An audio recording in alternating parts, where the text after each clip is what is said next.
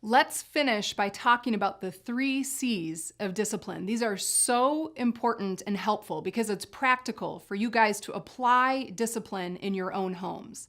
So the first thing is we have to be clear. That's our first C. And really, I add a bonus C, calm and clear. See, it's important in discipline that we remember that it isn't about having a heavy hand. It's not just about punishing. It's about explaining and teaching our kids along the way. So being clear is absolutely essential to healthy discipline. For you to be able to stop in a calm manner and to be able to say, okay, child, here's what happened. Here's what you did wrong. Here's the rule that you broke. Here's why that's disobedience. And to explain to them exactly what happened, to be clear about where disobedience occurred. And then also to be clear about what the consequence is going to be. Because you did this, here's your consequence. The first C is all about being clear, and it's really important to do that in a calm fashion, to have a conversation with your child, because we're not winning in discipline if we're doing it in anger and we're out of control, because then we're putting the focus on ourselves as the parent, being angry, and maybe our kids become frightened. The first goal, that first C about being calm and clear, is that our kids understand why they're being disciplined and why they're getting the discipline and the punishment that they're receiving. Okay, so our first C is be clear. Now our second C is about being consistent.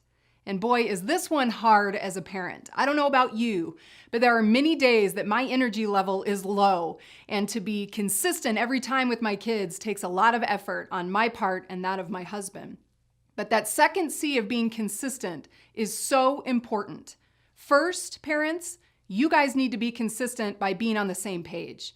It is never helpful in the home with discipline if A, both parents don't agree what the expectations are for their kids, when disobedience occurs, that they agree that that's disobedience, but also what are the consequences when disobedience occurs. You have to be consistent as parents, because what happens is if one parent becomes the mean parent, the strict parent, who's following through on all of these things, and the other parent is not, you create that opportunity for our kids to use manipulation, right? That's never what we're trying to accomplish as parents. But that happens if parents aren't being consistent together, that one parent becomes the weak parent that our kids want to prey upon, and the other one's the mean parent that's always the one having to give punishment. So consistency first and foremost is parents together, you do teamwork. You work together in matters of discipline and obedience. And the second part of consistency is that you hit it every single time disobedience occurs, that you give a consequence. What we don't want to do is for our kids to learn 20% of the time you need to obey, but 80% of the time you can get away with it. You have to be consistent every time, that every time a rule is broken, every time something happens that has been a form of disobedience, that there's a consequence. So that second C, being consistent, is very important. So the third C is corrective. It's really important for our kids to know that when they disobey, that there's a consequence. And the consequence has to hurt enough that it might make them think next time about making that same choice. They need to dread the consequence. It needs to be corrective. It needs to encourage behavior change. So when your kids are really young, that might just mean putting them in timeout, where they have to sit in a chair and they can't move for a minute, which for them is like an eternity. But as our kids get a little older, what we think is most effective as parents is to find the currency that speaks to your child, meaning, what do they value? If you took this thing away, that'll hurt. That'll make them think twice next time they make that same choice. For example, is it playing with friends after school? You would take that away in disobedience. Is it watching TV? Is it playing their video games or Legos? Is it dessert? For my kids, especially when they were younger, maybe preschool age, taking dessert away was a big deal. But whatever it is, find the currency that speaks to each child, and it may be different for each one of your children in the home. But the consequence needs to hurt. It needs to catch their attention. It needs to be something that they stop in their tracks the next time and say, maybe it's not worth not having TV to make this choice.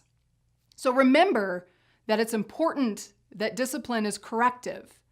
Now, in our family, what we like to do is once our kids have paid the price, so to speak, they've given their due for whatever their disobedience was and the consequence that we'd given them. We love that opportunity to come back to that heart issue again in teachable moment and say, okay, you've paid your due. Now, it's always appropriate to apologize to whomever you disobeyed. So go to that person and say, I'm sorry. And then let's have a conversation about what could we do differently next time.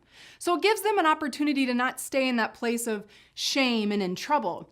It gives them an opportunity to say, I made a mistake, but I can do differently next time. So I'm going to apologize. I'm going to take ownership for what I did wrong. And moving forward, we can go in a better direction. So these are the 3 C's that are practical for you as parents to use in your homes in discipline. So it's be clear, be consistent, and make sure that discipline is corrective.